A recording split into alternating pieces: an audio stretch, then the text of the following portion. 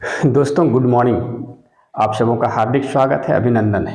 अभी देखिए, आप लोग का जो सीरीज चल रहा है ऑब्जेक्टिव सीरीज, ये प्रीवियस ईयर्स के क्वेश्चंस का सॉल्यूशंस और बहुत सारे मॉडल्स पेपर्स का अच्छे अच्छे क्वेश्चंस का कलेक्शन, ताकि एग्ज़ाम की तैयारी आपकी जो है सो अच्छी हो पाए।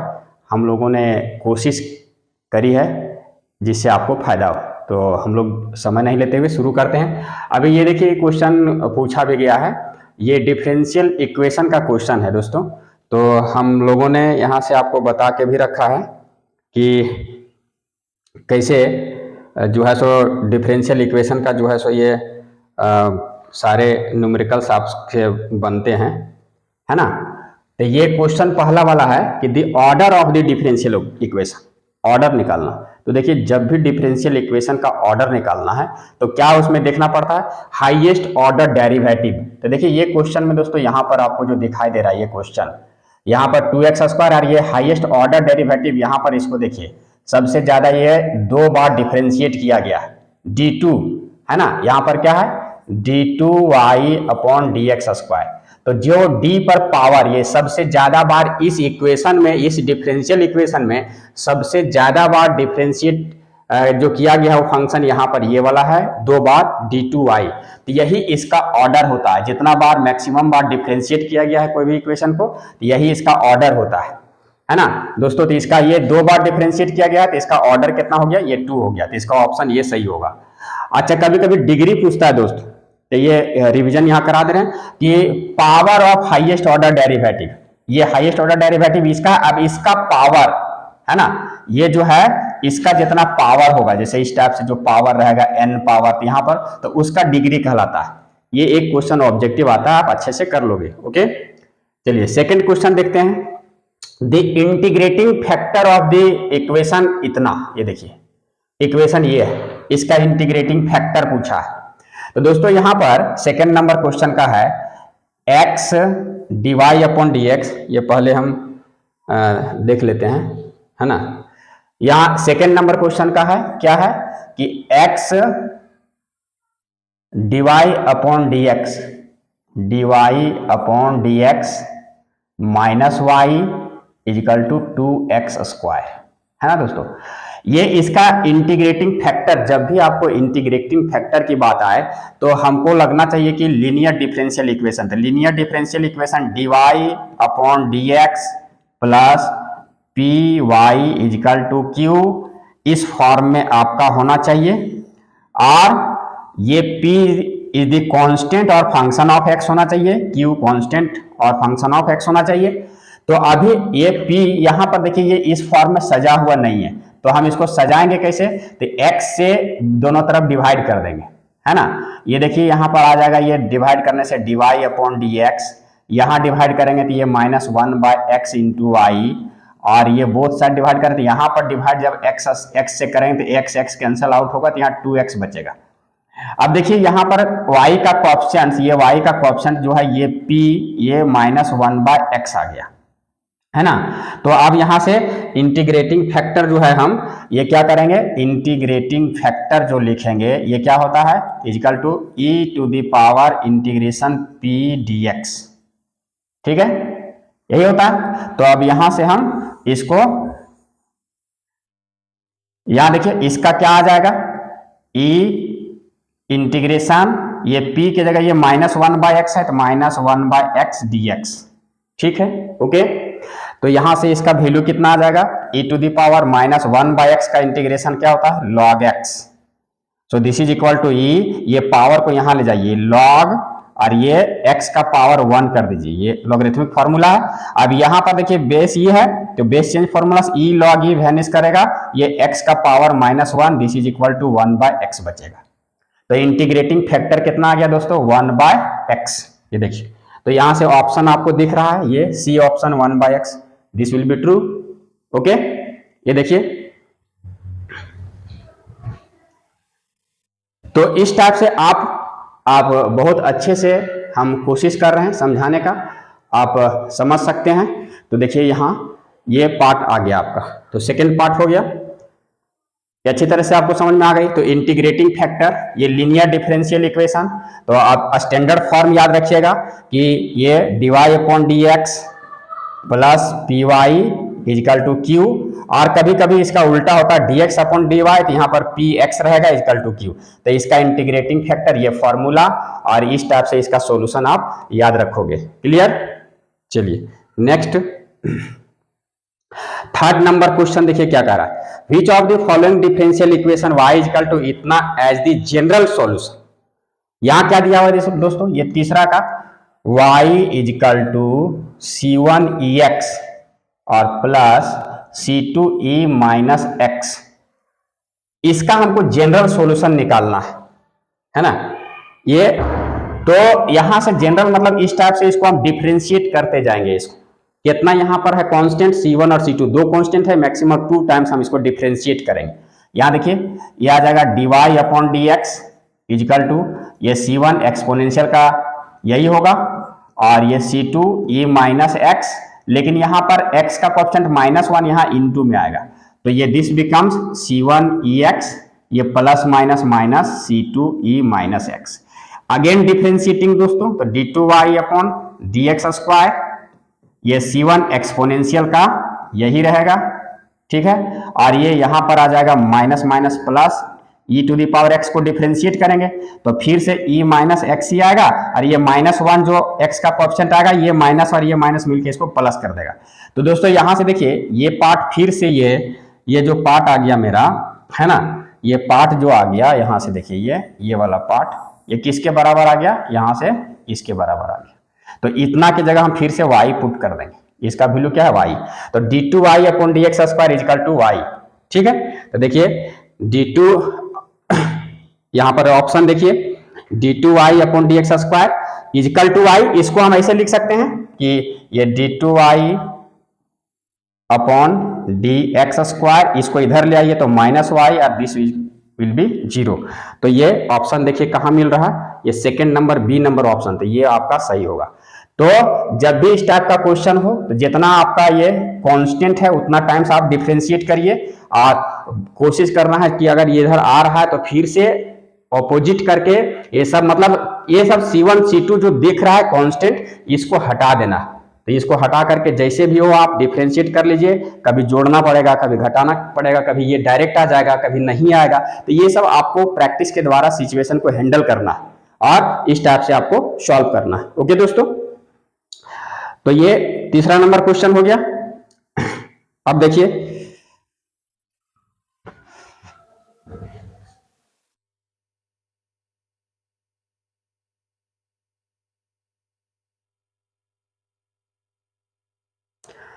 नेक्स्ट दोस्तों, देखिए फोर्थ नंबर क्वेश्चन है ना, fourth number question the general solution of differential equation. यहां देखिए ये फोर्थ नंबर का सॉल्यूशन है कि y dx minus X D Y, और यहाँ पूरा देखिए थोड़ा सा कंफ्यूज, आपको कंफ्यूज करने के लिए क्वेश्चन में इस टाइप से दिया हुआ है, ठीक है। ये तो यहाँ कुछ नहीं करना है, ये y को क्रॉस मल्टीप्लाई यहाँ कर देना, ये आ जाएगा y dx minus X D Y, और ये बिकम्स 0। अब क्या करिए कि y dx इसको उधर ले जाइए तो x dy, अब यहां से क्या करिए कि dx और x को x dx की तरफ, और यहां पर dy और y को dy की तरफ। ये देखिए ये वेरिएबल सेपरेबल के टर्म में आ गया।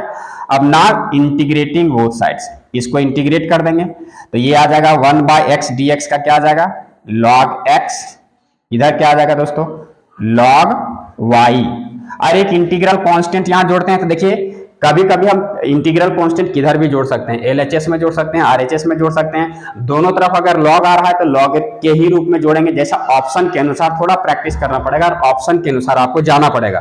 तो यहाँ पर देखिए log कहीं नहीं दिख रहा है, इसका मतलब है कि दोनों तरफ log लेकर के और इसको सिस्टम को सेट किया है। तो यहाँ अगर हम इधर ही कांस्टेंट जोड़ दें, जैसे यहाँ पर log x और प्लस log c और इधर log y, तो ये देखिए यहां से आ जाएगा log m plus log n बराबर log m इंटू n, तो ये दोनों मल्टीप्लाई होकर x इंटू सी आ जाएगा और इधर log y आ जाएगा। तो यहां से अब क्या होगा ये देखिए log log वैनिश करेगा तो इसका मतलब यहां से आ जाएगा xc इजिकल टू वाई, मतलब y is equal to C X. तो देखिए y is equal to C X, this option will be true. Okay, तो इस टाइप से इसको आप इस क्वेश्चन को सॉल्व करिएगा। ठीक है, यहां तक कोई दिक्कत नहीं है। नेक्स्ट देखिए यहां पर अब वेक्टर का क्वेश्चन आ गया दोस्तों। ये 5th नंबर क्वेश्चन जो है आपका क्या कह रहा है कि let vectors a and b be two unit vectors and theta the angle between them then vector a plus कह रहा है, देखिए यहां a and b two unit vectors, theta जो है angle between them, a plus b is a unit vector if, अब देखिए if यहां पर डॉट है, ऑप्शंस यहां नीचे हैं आपके, यहां ध्यान दीजिएगा ये देखिए। तो दोस्तों यहां पर करना क्या है, a and b are two unit vectors, यहां पर a and b two unit vectors है।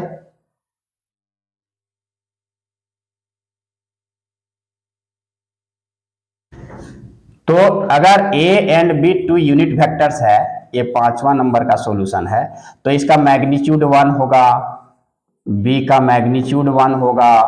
ठीक है, और अगर इसका दोनों का मैग्नीट्यूड 1 है यूनिट वेक्टर्स, एंगल जो है ये दोनों के बीच का, अगर मान लीजिए ये वेक्टर a है और ये वेक्टर b है, इसके बीच का एंगल थीटा है। ठीक ना, तो हम फॉर्मूला जानते हैं कि a dot b is equal to magnitude of a magnitude of b into cos theta. तो यहां से दिस इंप्लाइज, यहां से वेक्टर a डॉट b बराबर मैग्नीट्यूड ये 1 है, तो 1 इंटू कॉस थीटा। चलिए इसको अभी आप इक्वेशन के तौर पर लेके चलिए। ठीक है, अब देखिए यहां से क्या होगा, फिर कह रहा है कि then vector a plus vector b is a unit vector. अब देखिए ये दोनों का vector a plus vector b ये यूनिट वेक्टर है, यूनिट वेक्टर है, इसका मतलब इसका मैग्नीट्यूड क्या होगा, 1 होगा। तो दोस्तों थोड़ा सा यहाँ दिमाग लगाना कि इसको स्क्वायरिंग बोथ साइड्स कर देना है, vector a plus vector b इसका स्क्वायरिंग करिए तो 1 का स्क्वायर करेंगे, this becomes magnitude of a square plus magnitude of b square और plus 2 vector a dot b, और इधर 1 का स्क्वायर 1 ही होगा, इसको मल्टीप्लाई करने से यही आएगा। इसका वैल्यू मैग्नीट्यूड 1 है, यूनिट वेक्टर 1 का स्क्वायर 1 प्लस b1 1 का स्क्वायर 1 प्लस 2, और यहां से a डॉट b का वैल्यू देखिए यहां से निकल गया आपका a डॉट b का 1 कॉस थीटा, मतलब पूरा प्रोडक्ट क्या है कॉस थीटा, तो ये 2 कॉस थीटा और इधर क्या है दोस्तों 1 है। ठीक है, तो यहां से अगर ये 1 आ गया है तो दिस इंप्लाइज ये यहां से 1 उधर जाके माइनस होकर उधर 0 हो जाएगा, तो यहां से बचेगा 2 कॉस थीटा, या ये उधर जाके घट के 0 हो गया तो ये 1 उधर जाएगा तो -1, this becomes cos theta is equal to -1/2। अब देखिए यहां पर कॉस थीटा इजिकल टू ये 1/2 जो होता है कॉस में 1/2 वो π/3 60 डिग्री का वैल्यू होता है, लेकिन ये नेगेटिव है तो ये सेकंड क्वाड्रेंट में जाएगा, सेकंड में क्या होता है पाई माइनस थीटा, तो पाई माइनस थीटा के जगह π/3, तो 3 में 1 घटेगा और दिस इज इक्वल टू 2π/3, तो इसका वैल्यू कितना आ गया दोस्तों 2π/3 आ गया कॉस के रूप में। सॉरी यहां पर अगर लिखेंगे हम तो ये 2 आ गया, तो इसको लिखेंगे कॉस 2π/3। तो दिस इंप्लाइज यहां से थीटा इजिकल टू जो आप लिखिएगा, थीटा इजिकल टू जो आप लिखिएगा ये क्या आ जाएगा 2π/3। तो ऑप्शन में देखिए 2π/3 ये ऑप्शन नंबर डी में आपका सही है, तो ये आप डी को टिक लगाइएगा और एग्जाम में लिखिएगा। ओके, तो इस टाइप से इसका सॉल्यूशंस निकलेगा, है ना। तो ये आप डिफरेंशियल इक्वेशन, वेक्टर्स, ये सब बहुत अच्छे से हम एक एक क्वेश्चन करके बना के कोशिश कर रहे हैं आपको प्रोवाइड कराने का, ताकि आप अच्छे से प्रिपरेशन कर पाओ और रिजल्ट आपका बेहतर हो पाए, है ना।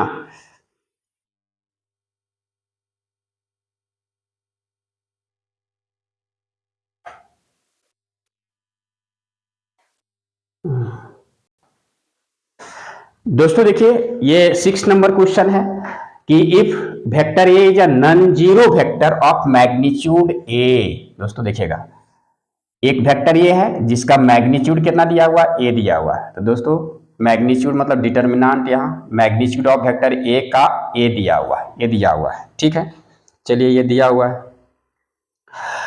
अब कह रहा है कि lambda A non zero scalar, then lambda vector A is a unit vector if, यहाँ ऑप्शन है। तो दोस्तों ये आप जानते हो कि अगर ये लेमडा ये जो है सो यूनिट वेक्टर होगा, इसका मतलब इसका लेमडा ए का मैग्नीट्यूड क्या होगा, 1 होगा।